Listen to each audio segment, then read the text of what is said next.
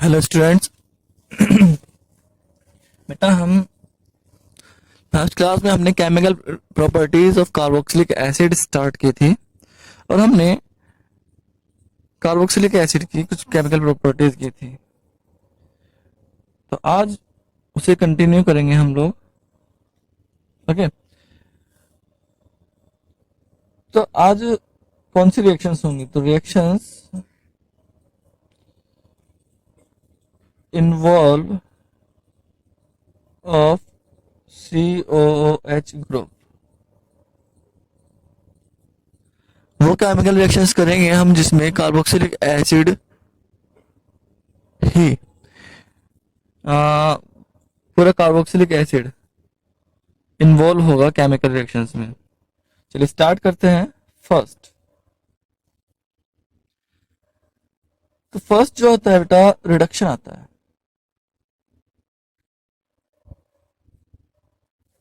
Carboxylic acid can be reduced.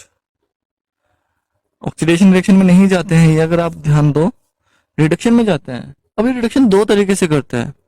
एक reduction अगर मैं बात करूं फर्स्ट की, reduction to alcohol. Reduction to alcohol यानी कार्बोक्सिलिक एसिड प्राइमरी अल्कोहल का फॉर्मेशन करते हैं। कौन से अल्कोहल का? 1 डिग्री अल्कोहल्स का फॉर्मेशन करते हैं आफ्टर रिडक्शन। यानी सीधे ये कार्बोक्सिलिक एसिड अल्कोहल्स का फॉर्मेशन करते हैं, एल्डिहाइड कीटोन्स का फॉर्मेशन नहीं करते। इस चीज का आपको ध्यान रखना है। ओके, वो भी प्राइमरी अल्कोहल का, सेकेंडरी अल्कोहल, टर्शियरी अल्कोहल्स का नहीं। तो बेटा अगर आप कार्बोक्सिलिक एसिड को ट्रीट कराओ लिथियम एल्यूमिनियम हाइड्राइड से एंड आफ्टर दैट उसे ट्रीट कराओ आप एसिडिक वाटर से, तो आपको RCH2OH यानी प्राइमरी अल्कोहल का फॉर्मेशन मिलेगा। क्लियर है? तो कौन सा आप इसमें रिड्यूसिंग एजेंट लगा रहे हो? आप इसमें रिड्यूसिंग एजेंट लगा रहे हो lithium aluminium hydride. Okay, for example अगर मैं कहूं भाई मुझे CH3COOH एसिटिक एसिड को रिड्यूस करना है अल्कोहल में, तो मैं लिथियम एल्यूमिनियम हाइड्राइड लगाऊंगा H3O पॉजिटिव के साथ, तो मुझे मिलेगा CH3CH2OH। क्लियर है भाई? चलिए, तो अल्कोहल में रिडक्शन हो सकता है। सेकेंडरी अगर हम बात करते हैं तो ये रिड्यूस हो सकते हैं, रिडक्शन हो सकता है इनका, reduction to alkanes, corresponding alkanes. Corresponding alcohol में हो रहा है, 2 कार्बन का था आपका एसिटिक एसिड, 2 ही कार्बन का आपका अल्कोहल है। ऐसे ही जितने कार्बन का आप acetic acid sorry carboxylic acid लोगे उतने ही कार्बन का आपका एल्केन कंपाउंड मिल जाएगा आपको। फॉर एग्जांपल अगर मैं बात करूं, मुझे RCOOH को रिड्यूस करना है, तो मैं किससे लूंगा? मैं यहाँ पर रिड्यूसिंग एजेंट जो ले रहा हूँ, हाइड्रोजन आयोडाइड ले रहा हूँ एंड रेड फास्फोरस ले रहा हूँ। Hydrogen iodide and red phosphorus. Okay, तो मुझे क्या मिलेगा? यहाँ पर मुझे मिलेगा RCH3। क्या मिलेगा बेटा? RCH3 एल्केन मिलेगा। और इसके साथ कुछ साइड प्रोडक्ट्स मिलेंगे, जैसे कि वाटर मिलेगा मुझे, प्लस आयोडीन गैस मिलेगी। फॉर एग्जाम्पल अगर मैं यहाँ पर एसिटिक एसिड ही लूं और मैं उसकी हाइड्रोजन आयोडाइड से रिएक्शन करा रहा हूं in presence of red phosphorus, तो मुझे क्या मिलेगा? CH3CH3 यानी C2H6 मिलेगा मुझे। Yes, plus 2H2O plus iodine, 3 iodine. Okay, तो इस तरह मुझे एल्केन्स मिलेंगे अगर मैं हाइड्रोजन आयोडाइड और रेड फास्फोरस से ट्रीट कराऊं कार्बोक्सिलिक एसिड को। Is that clear? तो ये था आपका रिडक्शन। हम यहाँ पर अगर मैं बात करता हूं इस COOH ग्रुप में, तो इस OH में इस कार्बन जो CO है इसे मैं पूरा रिड्यूस कर सकता हूं। तो एक तो मेरे पास तरीका ये है कि मैं इस COH को CH2OH या फिर CH3 में कन्वर्ट कर दूं। दूसरा तरीका है जब मैं इस रिएक्शन को दूसरे तरीके से कराऊं, जिसे मैं कहता हूं डी कार्बोक्सिलेशन। क्या कहता हूं? D carboxylation. बेटा डी कार्बोक्सिलेशन की बात करते हैं हम। अगर हम डी कार्बोक्सिलेशन की बात करते हैं तो डी कार्बोक्सिलेशन नाम से पता चल रहा है रिएक्शन का कि रिएक्शन में होना क्या वाला है। डी मीन्स रिमूवल, कार्बोक्सिलेशन यानी carboxylic group, the removal of carboxylic group. क्या करना है आपको? सिंपल बात है, आपको इस रिएक्शन में करना है रिमूवल ऑफ कार्बोक्सिलिक ग्रुप। तो डिकार्बोक्सिलेशन आप कई तरीके से करा सकते हो। डिकार्बोक्सिलेशन आप कई तरीके से करा सकते हो। कुछ तरीके हम देखेंगे। चलिए, फर्स्ट, पहले रिएक्शन जो हम लेते हैं वो होगी आपकी कोल्बे रिएक्शन। होगी बेटा कोल्बेज रिएक्शन। कोल्बे रिएक्शन, अगर मैं जनरल बात करता हूं कि कोल्बे रिएक्शन क्या होगा, तो ये कोल्बे रिएक्शन आपकी एक इलेक्ट्रोलाइटिक डिकम्पोजिशन है डिकार्बोक्सिलेशन के लीजिए। क्या लीजिए? इलेक्ट्रोलाइटिक डिकार्बोक्सिलेशन, यानी कार्बोक्सिलेशन हो रहा है बाय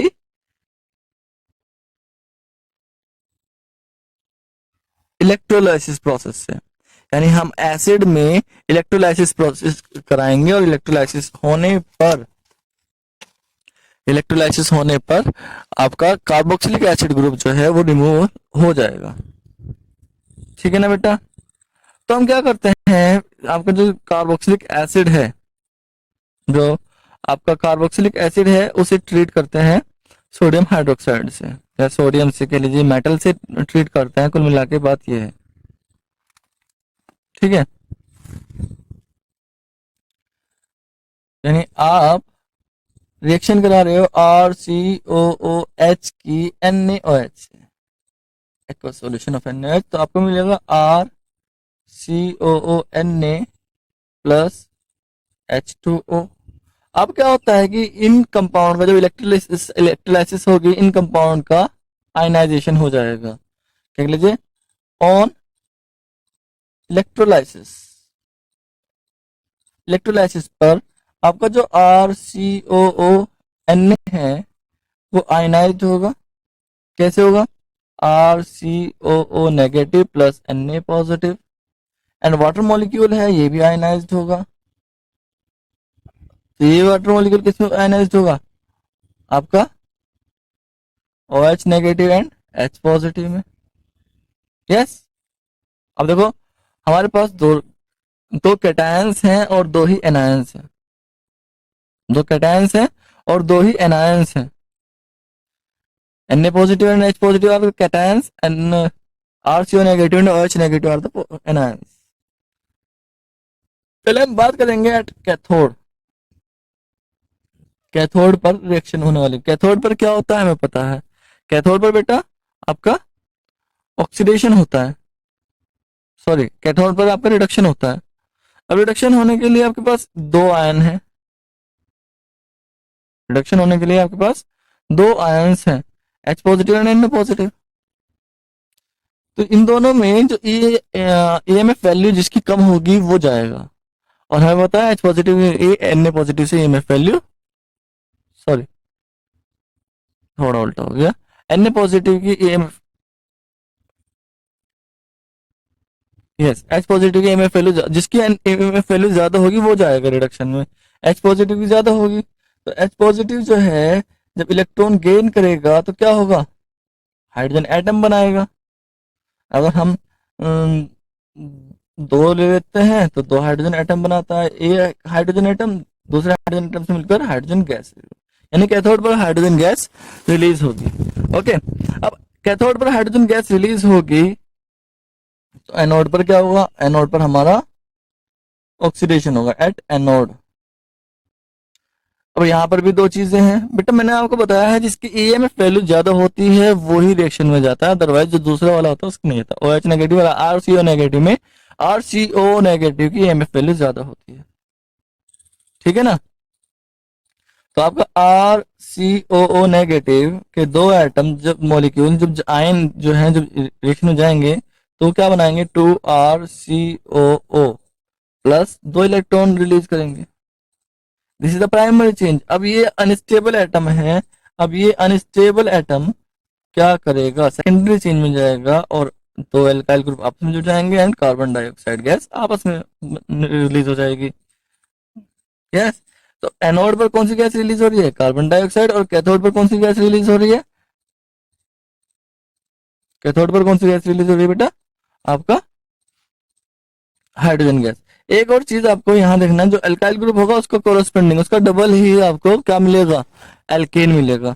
फॉर एग्जाम्पल अगर मैं कहूँ मुझे यहाँ पर चाहिए, मान लो मैंने कहा CH3 CH2 COO को मैंने आयनाइज कराया है, ओके, तो मुझे क्या मिलेगा, CH3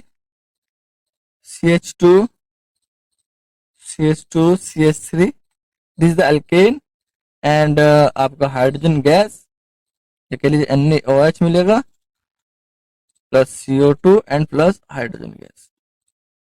after this chemical reaction, after electrolysis ये प्रोडक्ट मुझे मिलेंगे। तो आपको देख रहे हो मैंने एल्काइल ग्रुप कितना लिया, कौन सा लिया है, इथाइल, तो मुझे एल्केन कौन सा मिल रहा है, ब्यूटेन, उसका जस्ट डबल कार्बन। ओके, तो ये चीज आपको ध्यान रखनी है डिकार्बोक्सिलेशन में। क्लियर है? तो डिकार्बोक्सिलेशन कॉल-बेस्ड रिएक्शन एक तो हो सकता है। दूसरा, अगर मैं बात करता हूं डिकार्बोक्सिलेशन की, तो डिकार्बोक्सिलेशन एक और तरीके से आप कर सकते हो,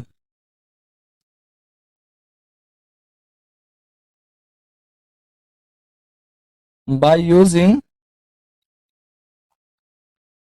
सोडा लाइम।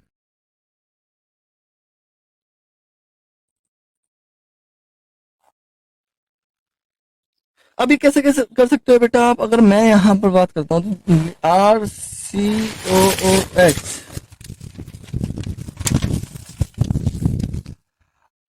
RCOH को जो आप रिड्यूस कराओगे, मतलब ट्रीट कराओगे NaH एक्सिस में,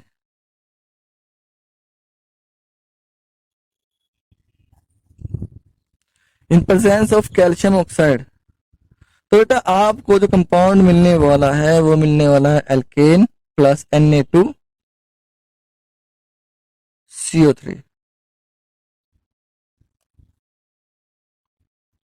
का कंपाउंड मिलने वाला है आपको, एल्केन प्लस Na2CO3। समझ में आ रही है बात आपको? अब ये रिएक्शन ऐसी ही होती है, आंसर है नो, डायरेक्ट रिएक्शन ऐसे नहीं होती। अगर हम इस रिएक्शन के बारे में बात करते हैं थोड़ा सा, तो हमें थोड़ा डीप में जाना होगा, बस हल्का सा, कि भाई हम जब RCOH को ट्रीट कराएंगे NaH से, तो NaH पहले खुद से रिएक्शन करेगा, NaH पहले खुद से रिएक्शन में जाएगा और खुद से रिएक्शन में जाने के बाद वो देगा RCOONa प्लस H2O। ठीक है, फिर ये जो आपका सोडियम साल्ट बना है, कार्बोक्सिलिक एसिड का जो सोडियम साल्ट बना है, वो क्या करेगा, ये फिर से NaH से रिएक्शन करेगा। ओके, अब क्या होगा, अब आपका सोडियम कार्बोनेट अलग हो जाएगा, ये H इस R से जुड़ेगा तो मिलेगा आपका एल्केन प्लस Na2CO3। देखो वहां पर क्या हो रहा था, वहां पर जस्ट डबल, जो आपका अल्काइल ग्रुप ले रहे थे उसका जस्ट डबल मिल रहा था। यहाँ पर जो आप अल्काइल ग्रुप ले रहे हो वो उसी का कोरस्पॉन्डिंग आपको एल्केन मिलना है, और यहाँ जो COH में जो कार्बन है वो कार्बोनेट में कन्वर्ट हो रहा है, ध्यान रहेगा आपको।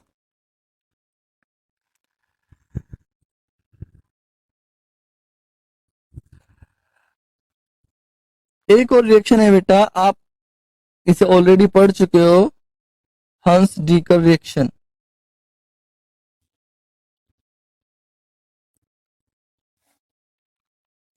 चैप्टर नंबर 10 में ये रिएक्शन थी, नेम रिएक्शन, कि जब हम सिल्वर साल्ट के बारे में बात करते हैं, मतलब ऑर्गेनिक कंपाउंड के सिल्वर साल्ट के बारे में बात करते हैं और उसे ट्रीट कराते हैं by any halogen in presence of CCl4, तो आपको कोरस्पोंडिंग एल्काइल हैलाइड मिलता है, Br मिलेगा प्लस CO2 मिलेगा प्लस AgBr मिलेगा। तो एक्चुअल में यहाँ पर भी क्या हो रहा है, यहाँ पर भी आपका डिकार्बोक्सिलेशन हो रहा है, कार्बन डाइऑक्साइड रिलीज हो रही है, COH ग्रुप रिलीज हो रहा है, ठीक है ना। तो ये जो थी आपकी दो रिएक्शन थी जो COH ग्रुप इन्वॉल्व करते हैं। चलिए थोड़ा आगे चलते हैं। अब अगर मैं, अब तक हमने क्या किया, अब तक हमने जो रिएक्शन की है या तो वो इस बॉन्ड के बेस पर की है,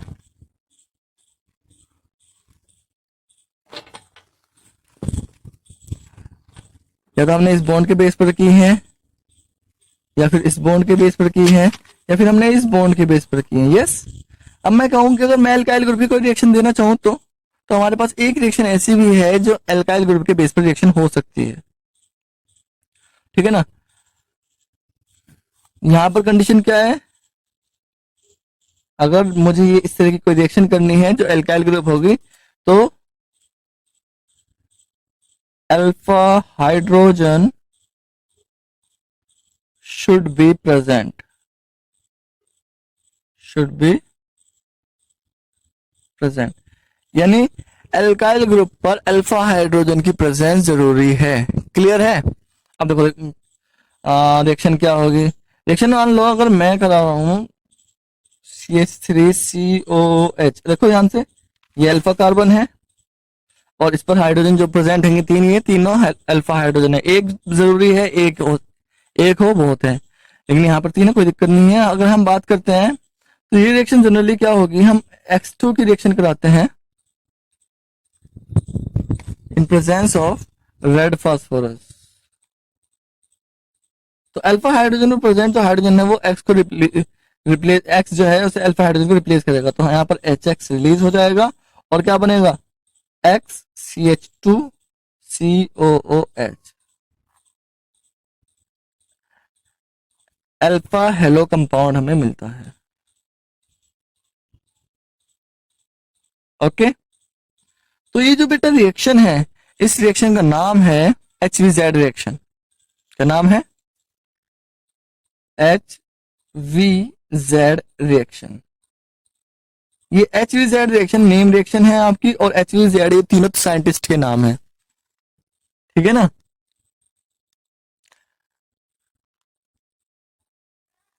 हेल्महोल्ट्ज जेलेंस्की रिएक्शन, ठीक है। तो अगर मैं, मुझे चाहिए भी अल्फा कंपाउंड चाहिए, कोई भी अल्फा हेलोजन चाहिए, तो मुझे जनरली मैं यही कराऊंगा। मान लो मेरे पास ये है RCH2COH, तो मैं क्या करूंगा, X2 से रिएक्शन कराऊंगा, या Cl2 से करा लेते हैं, चलो Cl2 से रिएक्शन कराऊंगा in presence of red phosphorus, तो मुझे मिलेगा RCHClCOOH। अब एक चीज ध्यान रखना, ये अल्फा हाइड्रोजन वेरी एक्टिव होता है, किसी भी न्यूक्लियोफाइल से इजीली रिप्लेसेबल हो सकता है। यानी अगर मुझे कोई भी अल्फा कंपाउंड चाहिए कार्बोक्सिलिक एसिड का, तो मुझे पहले हेलाइड हेलोजिनेशन कराना होगा, और हेलोजिनेशन कराने के बाद मैं सीधे सीधे कोई भी रिएक्शन में ले जा सकता हूं। तो ये अल्फा हेलोजिनेशन रिएक्शन है, कौन सी है, अल्फा हेलोजिनेशन रिएक्शन। ओके, नाम मैंने आपको बता दिया है रिएक्शन का, HVZ रिएक्शन होती है। चलिए भाई अब आगे चलते हैं।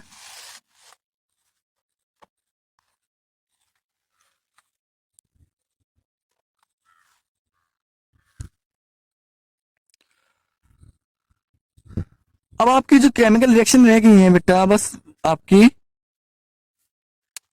एराइल ग्रुप की रह गई है, यानी reaction of aryl group.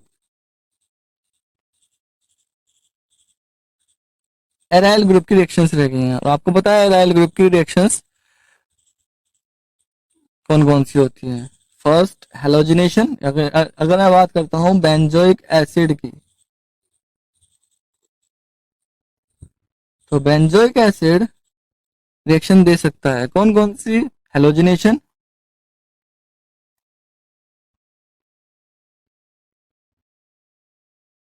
Halogenation reaction में आपको पता है आपको क्या करना है, X2 की रिएक्शन करानी है in presence of FeBr3 on heating. याद रहेगा लोएस्ट एसिड है। हमें एक चीज बताई गई थी कि AlCl3 की रिएक्शन होती है। हम यहाँ FeBr3 ले रहे हैं, AlCl3 क्यों नहीं ले रहे हैं, पहले ये बात कर लेते हैं। बेटा AlCl3 की बात कर लेते हैं। अगर मैं AlCl3 की बात करता हूँ, कहाँ, अगर मैं कहता हूँ कि AlCl3 हम क्यों नहीं ले रहे हैं, इसमें हम AlCl3 यूज नहीं कर सकते हैं। बेटा AlCl3 याद रखिएगा कार्बोक्सिलिक ग्रुप से बॉन्डेड हो सकता है, इट कैन बी बॉन्डेड, ये नहीं लिया जाता है, does not taken because it can react with carboxylic group. Okay, ये कार्बोक्सिलिक ग्रुप से रिएक्शन कर सकता है, इसलिए इसे हम नहीं लेते हैं। तो हेलोजनेशन में FeBr3 लेते हैं तो हमें पता है कहाँ जाएगा, COH ग्रुप आपका इलेक्ट्रॉन विड्रॉइंग ग्रुप है तो मेटा पोजीशन पर जाएगा।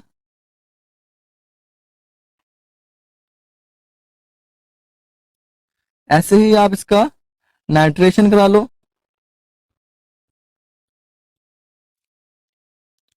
और नाइट्रेशन कराओगे तो ये कहाँ जाएगा,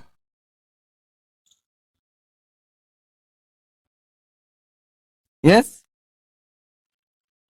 HNO3 की रिएक्शन करा रहे हैं हम H2SO4 की प्रेजेंस में, या फिर आप इसका सल्फोनेशन करा लो।